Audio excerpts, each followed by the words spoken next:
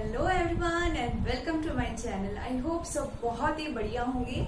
आज से हम स्टार्ट कर रहे हैं सीडीपी यानी कि चाइल्ड डेवलपमेंट एंड पेडागोजी की सीरीज। और ये वीडियो बहुत ही ज्यादा यूजफुल होने वाली है एचटेट के लिए, सीटेट के लिए, इवन यूटेट या कोई भी आपका टीचर एलिजिबिलिटी टेस्ट होगा उसके लिए मोस्ट इम्पोर्टेंट सीरीज होने वाली है। क्योंकि जो सीडीपी है एक ऐसा पोर्शन होता है टेट एग्जाम में जो खुद अपने 30 नंबर रखता है।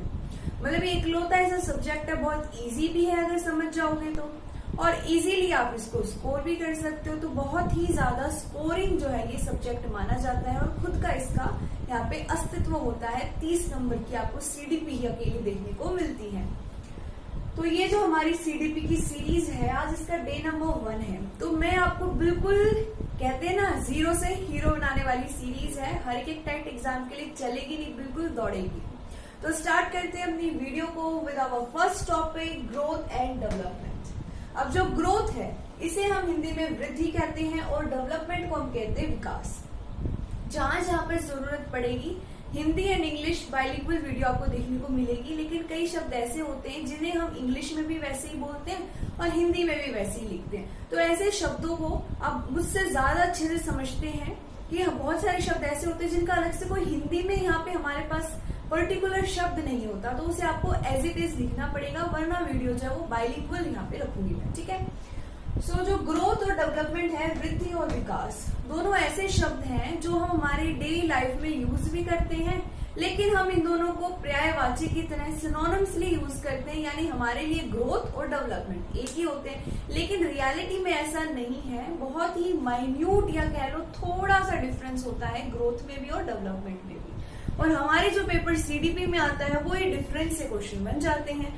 तो हमें समझना जरूरी है कि ग्रोथ एंड डेवलपमेंट में क्या सिमिलैरिटीज हैं और क्या डिफरेंसेस हैं, यानी एक जैसे क्यों हैं और अलग अलग क्यों हैं। अब जो परिवर्तन ही संसार का नियम है, ये एक ऐसी स्टेटमेंट है जो ये दर्शाती है कि ये जो संसार है बिना परिवर्तन के चल ही नहीं सकता। आपको पता है डे बाय डे नई डिस्कवरीज हो रही हैं, पुरानी चीजें ऐसी भी हैं जो लुप्त होती जा रही हैं। यानी ये संसार रेगुलरली डे बाय डे बदलता जा रहा है। अब चैट जीपीटी आ गया, एआई आ गया, क्या पहले था? नहीं था। तो यही तो परिवर्तन है। चाहे परिवर्तन बिल्कुल छोटा सा हो, लेकिन ये जो संसार है बिना परिवर्तन के चल ही नहीं सकता। तो इसी को आधार मानते हुए अब एक चीज बहुत इंपॉर्टेंट है समझनी, बिल्कुल बेस है, इसको ध्यान से सुनना। जो हमारा व्यवहार होता है, यानी जो हमारा क्या होता है बिहेवियर। अब हमारा बिहेवियर होता क्या है ये समझना बहुत जरूरी है। हमें कई बार लगता है अगर हम किसी से पूछे बिहेवियर क्या होता है, उसे लगता है कि जो हमारे साथ वो बर्ताव कर रहा है वही उसका बिहेवियर है, वही उसका व्यवहार है। लेकिन ऐसा नहीं है। इसको थोड़ा सा बिल्कुल डीप में समझते हैं। अब ये देखो, बिहेवियर यानी व्यवहार, जो भी चीजें आप हाथों से करते हो यानी डूइंग, जो भी आप अपने दिल में महसूस कर रहे हो, इमोशंस महसूस कर रहे हो, जो भी आप हेड अपने दिमाग में सोच रहे हो, ये सारी चीजें मिलकर बनाती हैं बिहेवियर को। तो बिहेवियर है क्या? बिहेवियर है 3H यानी हैंड, हर्ट एंड हेड। जो आप हाथों से करोगे, जो आपके दिल में भावनाएं होंगी और जो अपने दिमाग से चीजें सोचोगे, ये तीनों मिलकर हमारा व्यवहार बनाती हैं। अब हाथों से क्या करते हैं? हम चीजें करते हैं, डूइंग। तो बिहेवियर में जो हमारे हाथ होते हैं, काम करते हैं, उसे हम बोलते हैं साइकोमोटर डोमेन या फिर कोनेटिव डोमेन। अगर आपसे कोई बोले कोनेटिव या साइकोमोटर डोमेन क्या होता है, तो हमारे व्यवहार का करने वाला, हाथों से किए जाने वाला जो क्षेत्र होता है उसे ही हम साइकोमोटर या कोनेटिव डोमेन कहते हैं। इसे हिंदी और इंग्लिश में यही लिखते हैं, ठीक है। फिर हमारे पास हर्ट यानी हमारा दिल। अब हमारे दिल में होते हैं इमोशंस, बहुत सारी फीलिंग होती हैं, बहुत सारे इमोशन होते हैं जो हमें अफेक्ट करती हैं। इसी वजह से हम इसे अफेक्टिव डोमेन या इमोशनल डोमेन का नाम देते हैं। और हिंदी में आप इसको बहुत ही प्यारा सा नाम भावनात्मक जो हमारा डोमेन है वो कह सकते हैं। इसके बाद अगर आगे देखें तो यहाँ पे है, बारी आती है हेड की यानी हमारे दिमाग की। अब जो हमारा हेड है, हेड का मतलब तो दिमाग नहीं हुआ ना, क्योंकि माइंड होता है दिमाग तो, और ब्रेन को कहेंगे अप्रोप्रिएटली। तो जो हेड है, अब हेड में क्या करते हैं, हम ये मान रहे हैं यहाँ पे कि हमारा माइंड होता है और माइंड में हमारे सोचने की प्रक्रिया चलती है, हम थिंकिंग करते हैं। जब हम चीजों को सोचते हैं, जब हम चीजों को क्या करते हैं, सोचते हैं, थिंक करते हैं, तब वहां पे हमारा कोग्निटिव यानी संज्ञानात्मक डोमेन होता है। तो क्या समझ में आया कि परिवर्तन ही संसार का नियम है। यदि परिवर्तन होगा संसार में तो हम भी आते हैं, अगर संसार में लगातार परिवर्तन हो रहा है तो हमारे अंदर भी परिवर्तन होगा। तो उसी परिवर्तन से आती है वृद्धि और विकास। इसे अब समझेंगे, उससे पहले ही क्लियर हो गया है तो एक थम्स अप देना कमेंट में कि जो बिहेवियर है, व्यवहार, वो 3 चीजों से बना है, हैंड, हर्ट एंड हेड।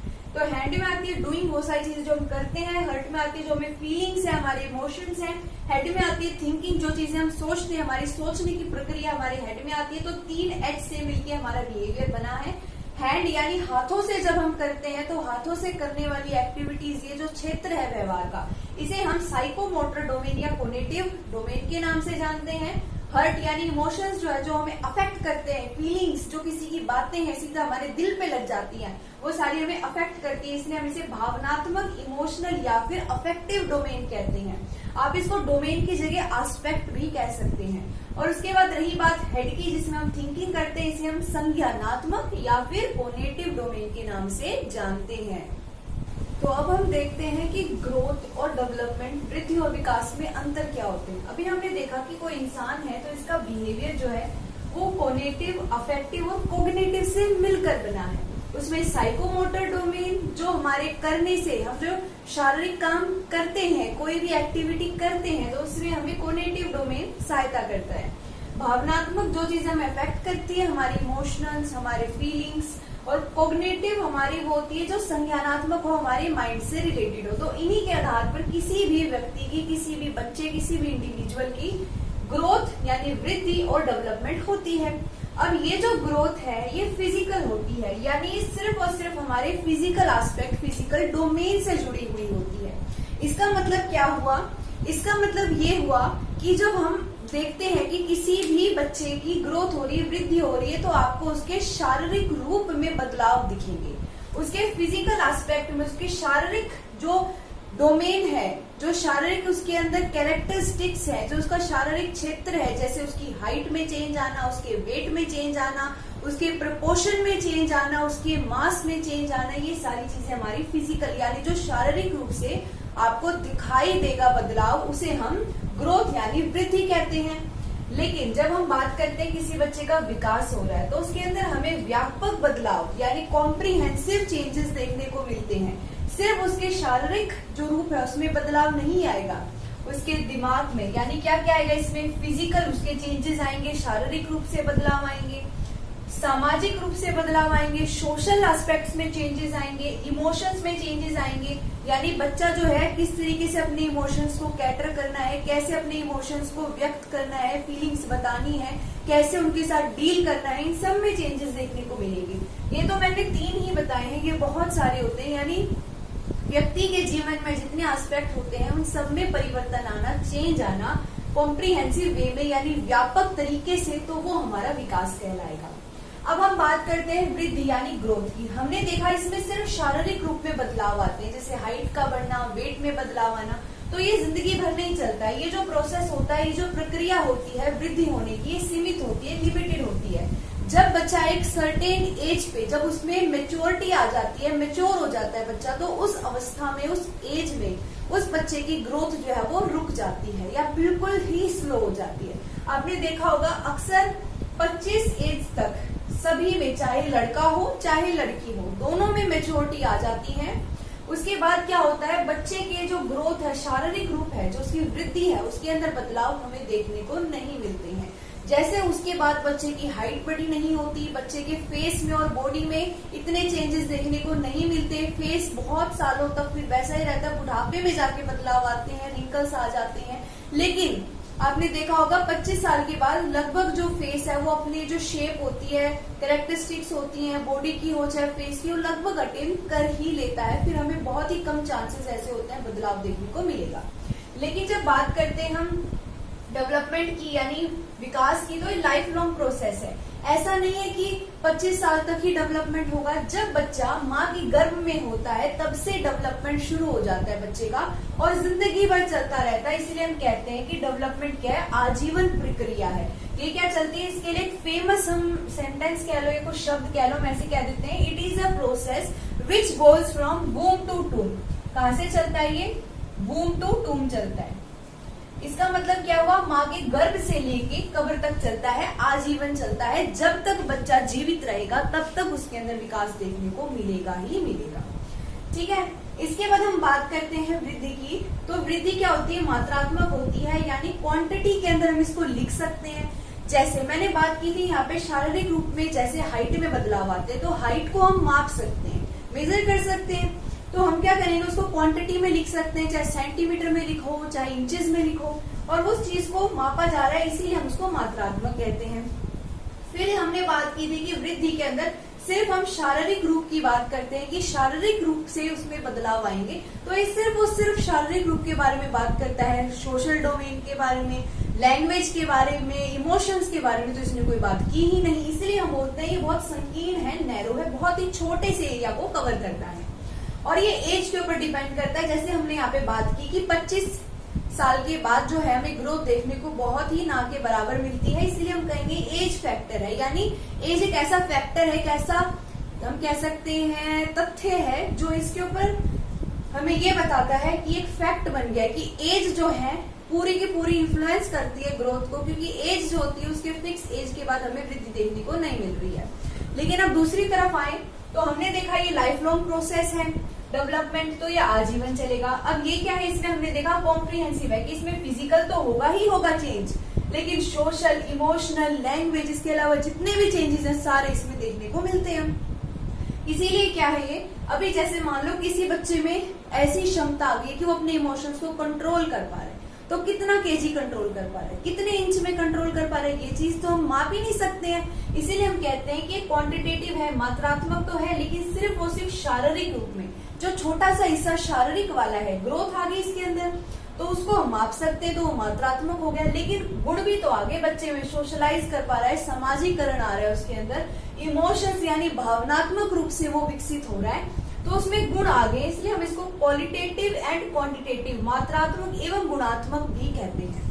इसके बाद ये ब्रॉडर है। जैसे हमने बात की नैरो इसीलिए था क्योंकि सिर्फ और सिर्फ ये एक ही एस्पेक्ट शारीरिक के बारे में बात करता है, लेकिन ये व्यापक है, ब्रॉडर है, क्योंकि इसमें बहुत सारे चेंजेस हमें देखने को मिलते हैं, ये कॉम्प्रिहेंसिव है। फिर हमने यहाँ पे बात की थी कि जो कुछ एज के बाद ग्रोथ होनी बंद हो जाती है, बिल्कुल ना के बराबर हो जाती है, लेकिन जो विकास है, डेवलपमेंट है, ये कभी भी हो सकता है। ऐसा नहीं कोई बच्चा छोटा है तो उसका विकास नहीं हो सकता। हमने देखी ही है ये बात, तो ये वूम टू टूम चलेगा, माँ के गर्भ से लेके कब्र तक चलेगा, यानी उस छोटे बच्चे का भी तो विकास हुआ है और ये कभी भी हो सकता है। इसका मतलब समझो, जैसे हमने यहाँ पे बात की कि इस एज के बाद बच्चों में मैच्योरिटी आ जाती है, लेकिन आपने अक्सर ऐसा देखा होगा छोटे छोटे बच्चे होते हैं और बड़ी बड़ी बातें करते हैं, तो उनकी डेवलपमेंट हो रही है, उनके अंदर क्या हो रहे हैं, कॉम्प्रिहेंसिव चेंजेस आ रहे हैं, उनमें गुण आ रहे हैं। वो बच्चा जो एक्सपीरियंस इतने ले चुका है, इतने एक्सपीरियंस कर चुका है कि उसके अंदर अपनी एज से अगर कंपैरिजन किया जाए उसका, तो उसके अंदर ज्यादा डेवलपमेंट देखने को मिल रही है। इसीलिए कभी भी हो सकती है डेवलपमेंट। आपने अक्सर देखा होगा, जैसे कोई बच्चा है बहुत मोटा है, फैट है, ठीक है, और एज अभी उसकी सिर्फ और सिर्फ मान लो 12 साल है। अब बच्चा ग्रोथ जो हो रही है वो तो हो रही है क्योंकि हमें से शारीरिक बदलाव दिखाई दे रही है, लेकिन हो सकता है उसका दिमाग अभी इतना विकसित ना हुआ हो, इतनी मैच्योरिटी ना आई हो। इसका मतलब उसकी ग्रोथ तो हो रही है, लेकिन उसकी जो मैच्योरिटी है वो अभी नहीं हुई है, डेवलपमेंट अभी पूरी नहीं हुई है इस एज के अकॉर्डिंग। तो ये जो चीजें होती है ये हमें ये शो करती है। बहुत बार ऐसा होता है कि ग्रोथ तो हो गई, बच्चा मोटा तो हो गया, लेकिन डेवलपमेंट हुई क्या, नहीं हुई। अगर कोई छोटा बच्चा है, उसके अंदर दिमाग बहुत आ गया, मैच्योर बहुत हो गया, लेकिन क्या उसकी हाइट बढ़ी, क्या उसकी ग्रोथ प्रॉपर हुई, नहीं हुई, तो हम ये कह सकते हैं ये दोनों साथ साथ चलते हैं, they both go hand in hand. जहाँ पे ग्रोथ होगी वहां डेवलपमेंट देखने को मिलेगी, जहाँ डेवलपमेंट होगा वहां ग्रोथ भी होगी ही होगी। हम कह सकते हैं अगर ये ग्रोथ है तो एक छोटा हिस्सा है क्योंकि इसमें सिर्फ फिजिकल आ गया, लेकिन जब इसके अंदर और फैक्टर्स इंक्लूड हो जाते हैं तो ये डेवलपमेंट बन जाती है। ठीक है, तो आज की वीडियो में इतना ही। मैं नहीं चाहती कि वीडियो बहुत ज्यादा लंबी बनाई जाए, मुझे ऐसा लगता है कि हम कम शब्दों में ज्यादा चीजें अगर जानने की कोशिश करते हैं तो वो चीजें हमें लंबे समय के लिए याद भी होती हैं और बहुत ही एग्जैक्ट पॉइंट टू पॉइंट हमें समझ भी आती है। और हम एग्जाम्पल के माध्यम से करेंगे तो हमें और ज्यादा समझ में आएगी। आपको ये वीडियो कैसी लगी, यूजफुल रही या नहीं रही, वो मुझे जरूर बताना नीचे कॉमेंट बॉक्स में। और रही बात नोट्स की, तो उसके बारे में आप ही मुझे बताना आपको नोट्स चाहिए या नहीं चाहिए, क्योंकि उसी के अकॉर्डिंग मैं आपको वो प्रोवाइड करवा सकती हूँ। Thank you for watching.